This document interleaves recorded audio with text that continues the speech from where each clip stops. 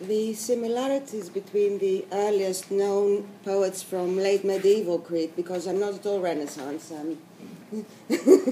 today, Stefanos Sachlikis and Leonardos Dellaportas are quite well known.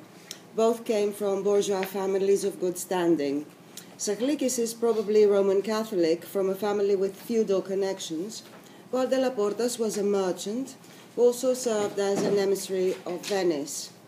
Besides being contemporaries, they were both born around 1330, but Dellaportas seems to have outlived Sachlikis by some 15 or even 20 years.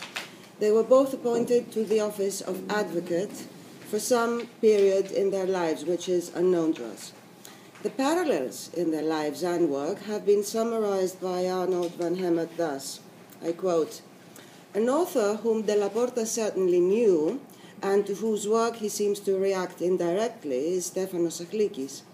Their lives run partly parallel. They are contemporaries, and because of a woman they find themselves in jail for a longer period of time while they start writing." Excuse me. In their work, the parallel lines continue. Friendship, the corruption of advocates and or judges, the genre of the literary autobiography, a certain misogyny. I might interrupt the quote to say a certain misogyny is, I should think, a notable understatement. However, continues Arnold van Hemert, alongside the colorfulness and the fiery innovatory urge of Sachlikis, Dellaportas is a pallid figure. Sachlikis gets his material from life and oral Greek, and possibly also from Venetian sources, and he's still relatively young, 40 years of age, when he writes his poems of revenge. Dellaportas, on the other hand, is around 75 and is, or poses as, a law-abiding citizen who bases himself on the Bible and other written texts. His tone is didactic, but more than anything else, injured. End of quote. You will understand why I quoted in extenso. The biographies of Sachlikis and Dellaportas have been pieced together thanks to the admirable efforts of Arnold van Hemert and Manousos Manousakas. The findings of their impressive archival research have been filled in with information, in quotes, from the literary works in order to complete the two authors' curricula vitae. So please let me present some of the facts in a different way. Both authors composed works relating to prison, in which the poetic persona or narrator directly or indirectly blames immoral women for their imprisonment. The poetic persona, in some of Sachlikis' works, explicitly mentions incarceration. I'll get back on this with specific details. The first-person visionary narrative «Ερωτήματα και αποκρίσεις ξένου και αληθείας» by Dellaportas unfolds against a prison background. The embedded biographical sketch of the unfortunate narrator, Xenos, who introduces himself to Alicias Dellaportas, is largely, but not completely, backed up by hard evidence from archival material relating to the real Dellaportas. The narrator also repeatedly protests his unjust sentence and blames a woman for his misfortunes.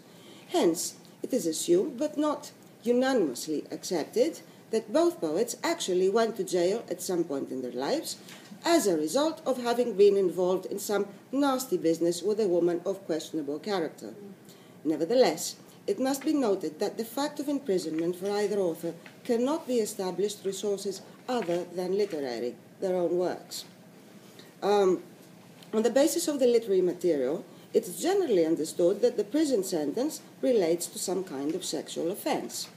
The concomitant assumption is that the poems document the two authors' personal, real-life experiences, and that several of Sachlikis' composition, as well as Dellaportas' Ερωτήματα and Αποκρίσεις, were actually written in jail. Some of these assumptions have already been challenged in recent years, especially by Martin Hinterberg's analysis of the autobiographical framework. The above exposition does not suggest that all the biographical events mentioned in the poems are purely imaginary. On the other hand, it should not be taken for granted that both poets offer consistently truthful documentation of their respective lives. Extrapolation from reality to fiction and back from fiction to reality can sometimes lead us no further than touristic commentary instead of literary analysis. Of course, some or potentially all the biographical elements presented by Sachlikis and Dellaportas could correspond to facts. Nevertheless, one should not forget that these biographical elements are embedded in fictional frames, as Hinterberger, Karapidakis, and others have shown, and should be also evaluated and interpreted in literary terms. Incarceration may be a real experience, but at the same time, prison constitutes a literary topos, like the dream frame, which is very widespread, especially in the late medieval and early modern era. In this period, there is a rise in literary production, especially Italian satirical poetry, treating the experience of prison, and a trend that has attracted the attention of scholars in recent years. Therefore, it might be interesting to examine some of these aspects again in order to appreciate the analogies and contrasts between the two poets. Prison and the experience of imprisonment, but also as space and metaphor, are present in more than one of Sachlikis' works. Because of time limitations, one can only examine a small sample of the available material. The author deals with prison in the poem Periphilon, which is a preamble to the self-referential work Periphylaikis. The latter is a first-person narrative which deals exclusively with the narrator's experience in jail. This narrator calls himself Sachlikis. In fact, the composition, commonly entitled Periphilon, which combines didactic and comic features, is not an independent composition. There is no indication that it is a separate poem in the manuscripts. It is actually an introduction to the narrator's experience of social isolation and humiliation, ideas amplified in graphic terms in the ensuing Periphylakis. In this work, prison is described mostly as bodily suffering, while the mental torture is caused by the painful reality of lost status, acutely highlighted by the forced contact with social inferiors, such as the wardens and the vulgar friends who dine and wine in the prison at the own prisoner's expense. The description of the prison space is largely based on metaphors and similes, based on sensory images, creating a comic effect through exaggeration. And I have two extracts for you in the handout. One is about the stinking prison, and the other is the narrator having to dine and wine with the vulgar friends of the warders. The second passage presents one of the peak moments in which the narrator laments his social degradation, which is most ironically expressed when he has to suffer the company of the meanest of the mean, violent foreign mercenaries and tanners, traditionally considered as an exceedingly dirty, fetid, and stinking trade. In another of Sachlikis' poems, the fear of imprisonment represents another version of the fear for social downfall or exile. In the Συμβουλές του Φραντζισκή, a young man is advised to be wary of three great dangers: τη νύχτα, τα ζάρια και τις πολιτικές, the nightlife in the city, that is, nocturnal gatherings and bad company, which end in fights, as well as curb crawling. The other is gambling. Well, it is curb crawling in Sachlikis. It's the first time in my life I could use this word in English. I'm very proud. Gambling and prostitutes. If one is not careful, the poem says, one runs the risk of ending up in prison. One of the treacherous situations that are mentioned, which is actually a recurrent theme in Sachlikis, as it appears in at least one more poem, the passage that either concludes the poem Περιφυλακής or introduces the poem Βουλή των Πολιτικών, the Assembly of Whores. So this recurrent theme and danger, is that the possibility that a prostitute may accuse a man of rape, which may lead to one's imprisonment. Here, sexual crime is presented as a danger against one's fortune, rank, and respectability. You can see the next two extracts from the text. The more interesting of the two is the second one, because the poet says The older man says to the younger man, του πρώτου καύχου η πολιτική παίρνει το ότι μπορέσει και τότε σαν το βαρεθεί να τον ταλαιπωρέσει. Αγανακτά και αφήνει τον, there is a slight mistake in the, I think I haven't put this, but you can listen. Okay, but you can listen. Αγανακτά και αφήνει τον και κάμνει σαν κατέχει. Στην αυθεντία θέλει πάνω να τον εκαταλέγχει.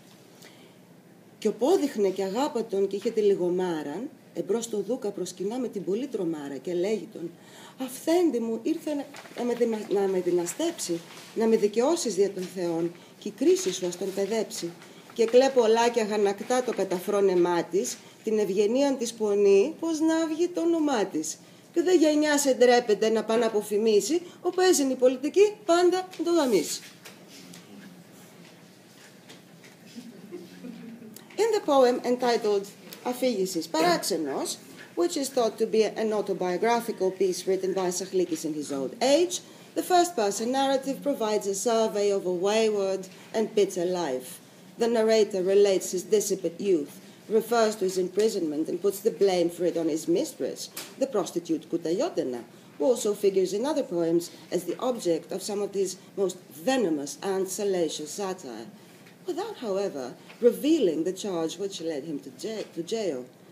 The rest of the poem, which does not survive intact, offers a vivid account of the narrator's unsuccessful attempt to regain his wealth and social status, first by retiring to his lands in the village Pendamodi, and then in trying to follow the career of an advocate. The tone is caustic, and some of the most aggressive satire is offered against the peasants of Pendamodi, the village where Sachlikis' last pieces of land were situated. The extract is printed twice, this is my mistake, in your handout, where he blames Kutayotena for his imprisonment. Sachlikis' narrator, let me call him like this for the time being, avoids to declare innocence for the unknown charge he was sentenced for, but one could perhaps surmise the accusation, bearing in mind the previous passages from the other poems. He loudly protests against the damage inflicted by marginal, duplicitous, and corrupt women, who are perfectly capable, though, to deceive the authorities and cause a man's ruin, despite their low position in society. The attack on Kutayotena should also be seen in relation with the other poems dedicated exclusively to prostitutes, like Vuli των Πολιτικών and Epenos της Πόθας Ζουστουνιάς. In general, he offers acerbic commentary on prostitutes and uncouth plebeians, such as the peasants in Αφήγησης Παράξενος, or the vulgar tanners in Perifυλακής. He portrays them graphically, even absurdly, so as to underscore the traditional order of things, class difference. But alas, this is an order which can be disturbed. Despite the didactic interface, one can easily see that in Sachlikis' poetry, the moralizing element is but a guise, albeit corroded by the absence of any genuine manifestation of